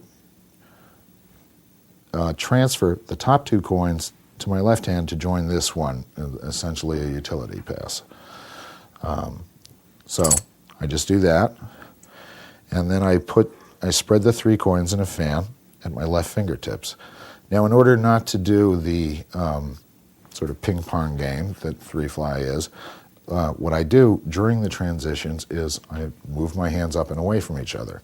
If you do this with people, it's very hard for them to focus on those 2 things as they're happening. Instead of dropping the frontmost coin into the fingers, I simply pull this coin behind these 2, like that. So at the same time, this coin, which is still in fingertip rest, simply is shown. So when you do that quick, it looks like that. So this is the position I'm in now. Now I need to transfer one of these coins to this hand and still show 2 here and still show 1 here. So I flip this one in the air and I say, that's 2 over here and 1 over here. And what that is that I'm going to do this. I'm going to say, that's 2 over here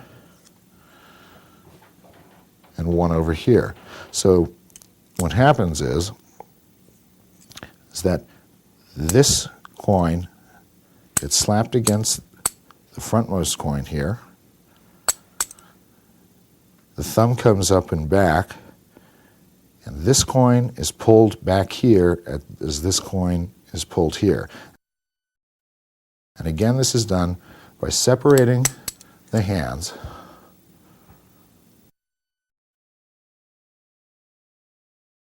Okay, which disguises what's going on.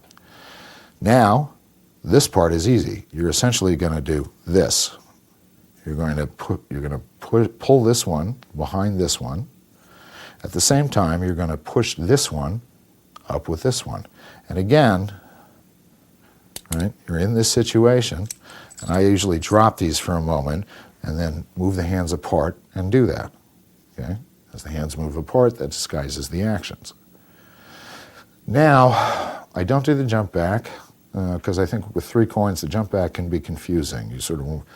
They can be left wondering which way the coins were going initially. I need to get one of these behind here, and I need to get these 2 out here. I need to get this situation. So what I do is, as I put them together, bring the hands together in a big arc, this one gets pulled behind here, this one gets pushed out and placed here so that I'm in that position. So what that should look like is this. I do it as there's a lot of turning here to try and disguise that motion. So now I'm in this position. Now, I've got one left here.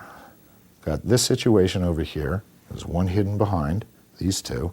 And I'm going to do the French pop, which is simply doing that.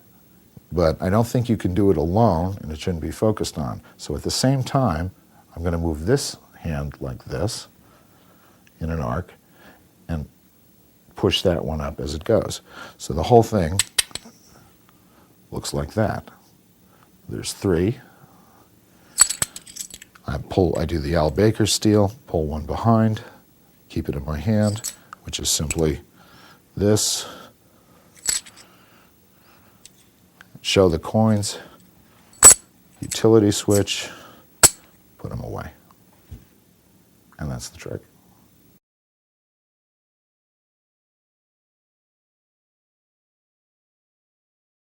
You know, have you ever seen these before?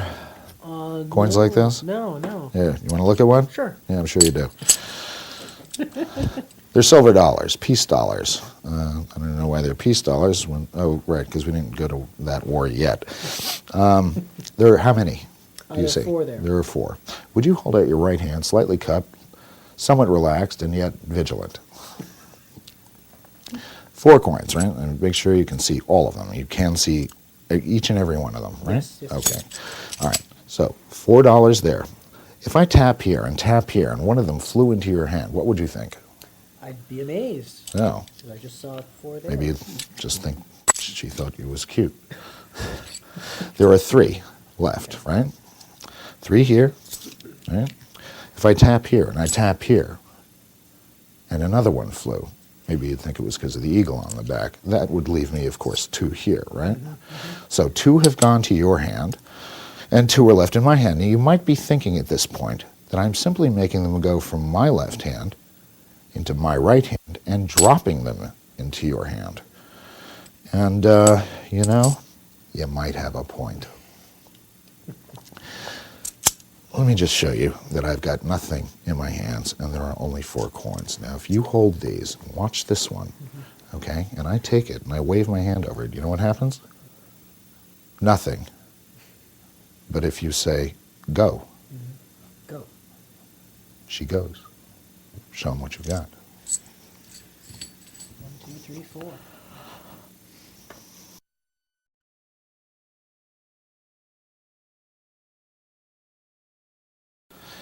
You have 4 coins. In this case, I have 4 cut down coins and a shell. You can use an expanded shell. This technique works better with dollars. The coins are in this order to begin with in your left hand. Real, shelled coin, real, real. So they're like this, and they're staggered out, but not too much. Now you're going to do a steal. You ask them, you know, I do a gag sometimes where I say, have you ever seen these before? And they go, no. And I go, would you like to look at one? And they reach out, and I go, you know, I'll either let them take one or not, depending on whether I think they got a sense of humor. Right. You know, if I think they got a sense of humor, I'll go, yeah, I bet you would.